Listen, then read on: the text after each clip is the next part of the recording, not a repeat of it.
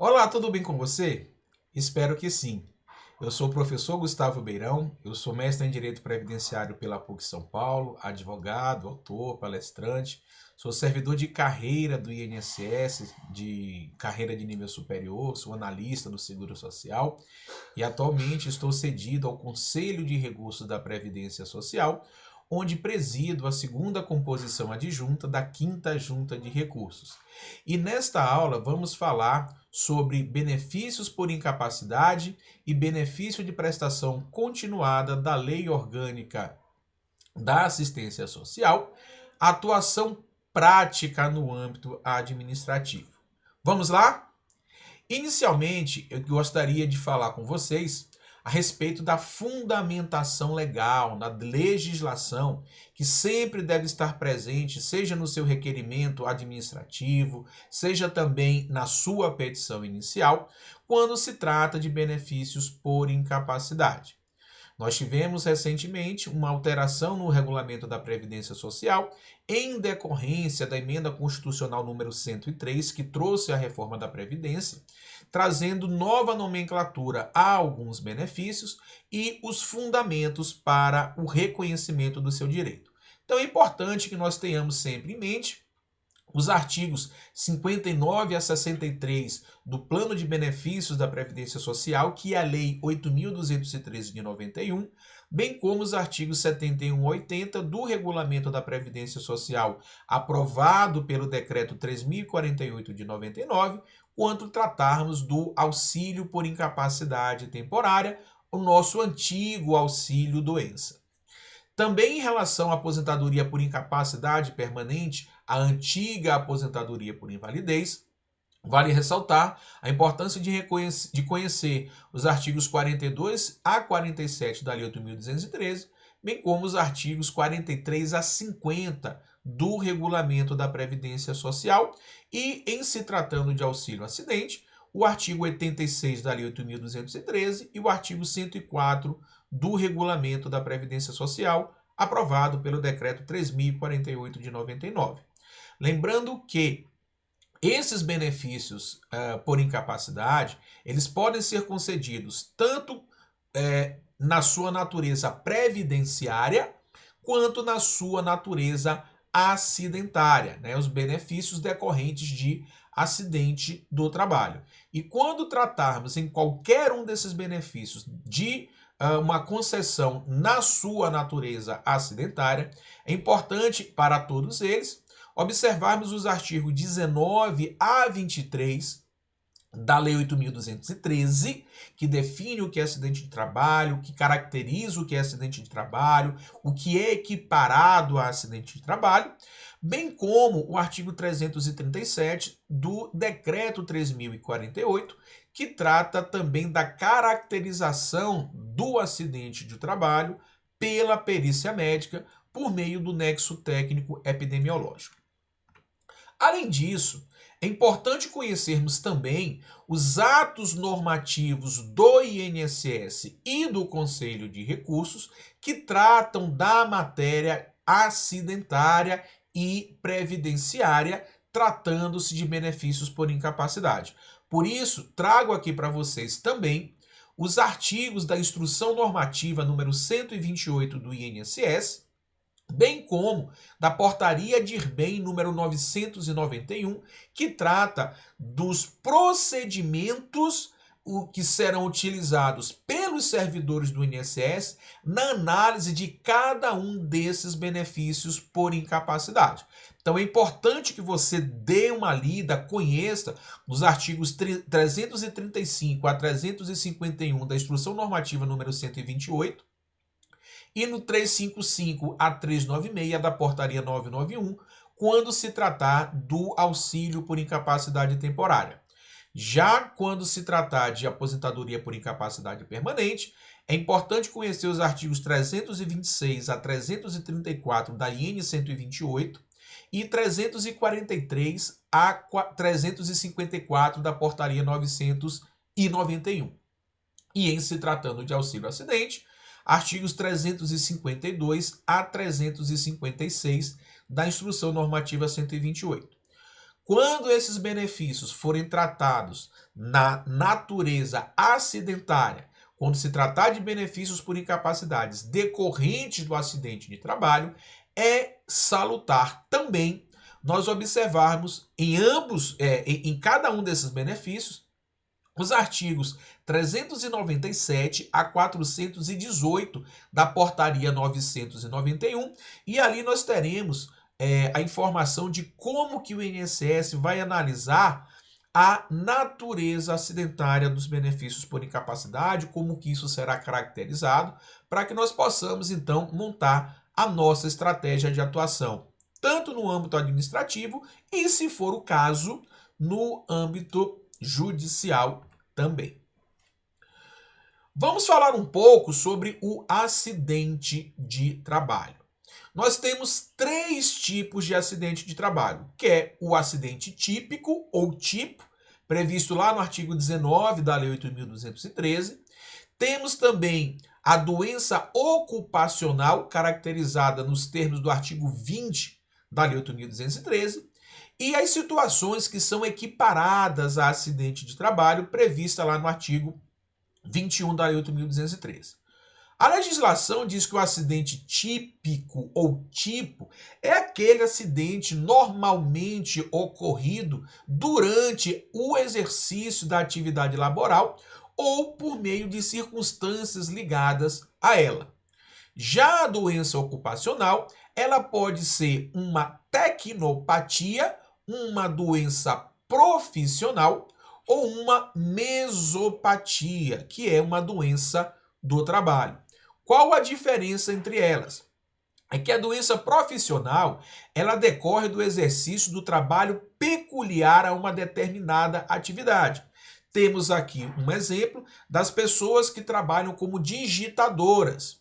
Normalmente, essas pessoas tendem a ter uma doença chamada de LER ou DORT, né? Lesões por esforços repetitivos, pelo fato de estarem ali numa atividade típica de repetição de movimentos. Então, esta é considerada uma doença profissional, uma doença inerente àquela função que é desenvolvida por aquele profissional.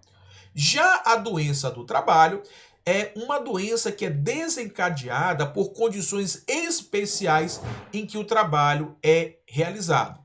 Damos aqui um exemplo de uma pessoa que trabalha normalmente como um auxiliar administrativo no escritório, mas que ele trabalha ao lado ou dentro do setor produtivo de uma empresa de construção civil, onde fica quebrando tábuas, ferros, e a partir disso desencadeia um ruído extraordinário a ponto de levar esta pessoa a ter perdas auditivas e outras doenças derivadas, né, da exposição a ruído acima dos limites de tolerância. Então veja que não é uma doença típica, uma perda de audição ou algo que seja levado a pessoa ficar doente por conta da exposição ao ruído, de um auxiliar, né, de escritório, de um auxiliar administrativo. Entretanto, esta condição especial do trabalho, onde ele desenvolve e da forma que ele desenvolve, desencadeou uma doença pelo fato de ele estar trabalhando nessas situações, tá? E por que é importante, pessoal, a gente estar estudando essa questão do acidente do trabalho? Principalmente depois da reforma da Previdência Social, que houve uma mudança de cálculo do valor dos benefícios, né? Nós tivemos uma mudança do salário de benefício, que antigamente era calculado em cima de 80% dos maiores salários vertidos, né? Salário de contribuição vertidos a partir da competência julho de 94, e com a reforma não vai descartar os 20% menores salários de contribuição, será feita uma média aritmética com todos os salários de contribuição, o que de cara já reduz o valor dos salários. E além disso, o percentual, o coeficiente, que no caso dos benefícios por incapacidade eram de 91% para o auxílio-doença, 100% para aposentadoria por invalidez, independentemente da sua natureza, eles tiveram uma redução no sentido de que é 60% mais 2% sobre o tempo de contribuição que ultrapassar 15 anos para as mulheres, 20 anos para os homens. Então, essa é a nova fórmula de cálculo. Entretanto, no caso da aposentadoria por incapacidade permanente, conforme artigo 26, parágrafo 3º, inciso 2 da emenda constitucional número 120, nós temos que, quando ela é decorrente de um acidente de trabalho, o seu percentual será de 100% desta média aritmética de salários de contribuição contados a partir de julho de 94. Então veja, quando você caracteriza um benefício por incapacidade como sendo acidentário, no caso da aposentadoria por incapacidade permanente, além do valor ele aumentar, nós sabemos que durante o acidente de trabalho, o empregador é obrigado a depositar o FGTS, existe a estabilidade acidentária após o retorno do trabalhador ao seu posto de trabalho, Então, é importante que nós entendamos como caracterizar o acidente do trabalho e como que ele é analisado também pelo INSS. O artigo 21 da Lei 8.213, ele trata das situações que se equiparam ao acidente de trabalho. A primeira delas é a concausa. O que é a concausa?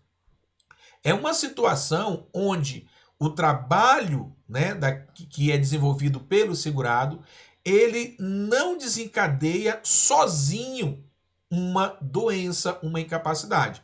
Ele é uma causa que complementa aquela situação fática que provoca a doença e a incapacidade. Além da concausa, estão expressamente previstos as situações de agressão, Geralmente você está trabalhando, vem um colega e lhe agride, isso é considerado acidente de trabalho. Sabotagem, terrorismo, imprudência, negligência, imperícia, brigas, caso fortuito, força maior ou ato desarrazoado. Uma doença proveniente de contaminação acidental do empregado. E as situações onde, mesmo fora do horário e local da empresa, ele sofre um acidente, como é o caso de acidente de trajeto, como é o caso de execução de ordem ou serviço sob a autoridade da empresa, ainda que fora do local de trabalho, ainda que fora do horário de trabalho, ou quando o trabalhador espontaneamente ele presta um serviço evitando um prejuízo ou dando proveito àquela empresa.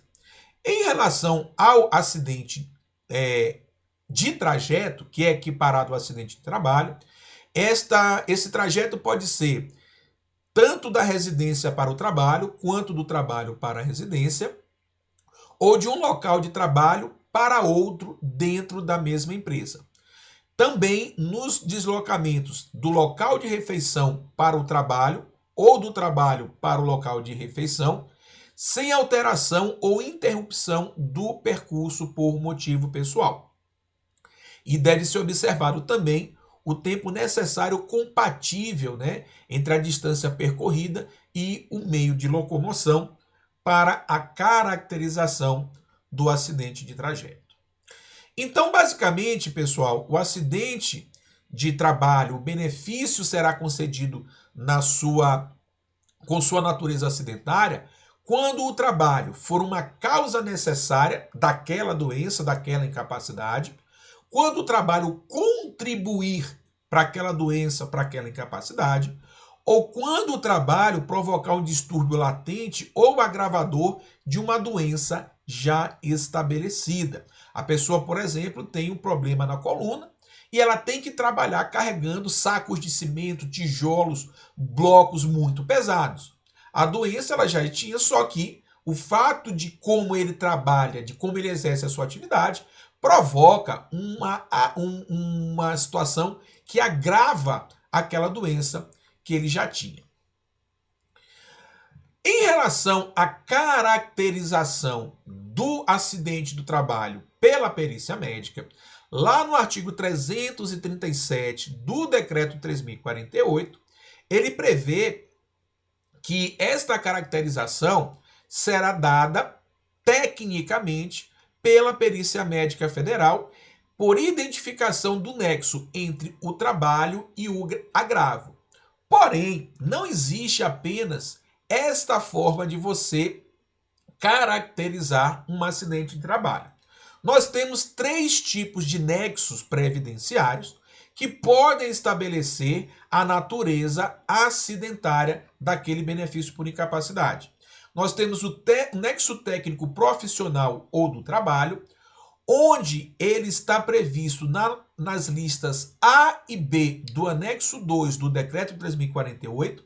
É esse instrumento utilizado para caracterizar o nexo técnico profissional ou do trabalho.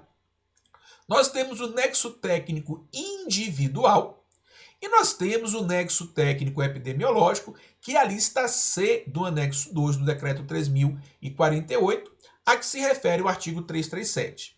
No caso do nexo técnico profissional ou do trabalho, a lista A ela tem a relação dos agentes ou fatores de riscos ocupacionais relacionados com a etiologia, ou seja, com a causa das doenças ocupacionais. Então você tem aqui ruído, pó de metais, pó de madeira, enfim, uma série de agentes com a doença que este tipo de agente pode causar. Já a lista B, ela faz o contrário. Ela traz as doenças que podem existir, né, e os seus agentes causadores na outra coluna. Já o nexo técnico individual, ele é caracterizado quando a perícia médica identifica um acidente típico no trabalho. A pessoa está lá carregando um saco de cimento, tropeça, cai, quebra um braço, é o acidente típico. O acidente de trajeto, e aí, com base naqueles dispositivos que acabamos de ver sobre o acidente de trajeto, né? Tem que obedecer aqueles critérios, que tem que ser de casa para o trabalho, de trabalho para casa, de casa do trabalho para o local de refeição e vice-versa, observando-se a congruência entre o tempo que se levou nesse trajeto para o exercício dessas atividades, e também é identificado o nexo técnico individual nos casos das doenças equiparadas, conforme artigo 20, parágrafo 2º da Lei 8.213. Já o nexo técnico epidemiológico, ele é caracterizado quando você olha o Código Internacional de Doença, que caracteriza aquela lesão, aquela doença, e o KNAI da empresa. Então, lá no anexo 2, na lista C, existe uma série de códigos nacionais de atividade econômica, onde os trabalhadores que exercem atividades nessas empresas que desenvolvem determinadas atividades econômicas têm uma tendência a ter determinadas doenças classificadas com determinados CIDs. Então, é assim que a perícia médica analisa os benefícios por incapacidade para caracterizar a sua natureza acidentária. Em relação ao nexo técnico epidemiológico e em relação a todos os nexos técnicos previdenciários, o que se deve observar é o seguinte: se da análise da perícia médica não houve a caracterização da incapacidade, não haverá direito ao benefício.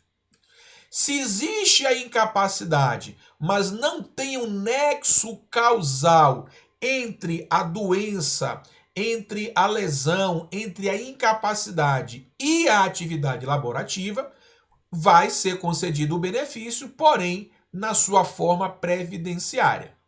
Se houve a incapacidade e há um nexo entre o trabalho e este agravo, caracterizado entre o CID da doença e o CNAE da empresa, estará então configurado o nexo técnico epidemiológico e vai haver o direito ao benefício acidentário. E também, nos casos entre o trabalho e o acidente, né, houve um nexo, este benefício será concedido na sua forma acidentária, cabendo, então, às empresas, no caso da configuração do acidente de trabalho, apresentar uma defesa para descaracterizar esta natureza acidentária. E no caso em que o segurado entende que houve uma causa da doença relacionada ao trabalho, ele pode pleitear este nexo técnico epidemiológico ou o nexo técnico individual ou do trabalho, tá? Para que fique então caracterizada a natureza acidentária dos benefícios. Tudo bem? No próximo bloco, nós vamos continuar falando sobre os benefícios por incapacidade. Não saia daí.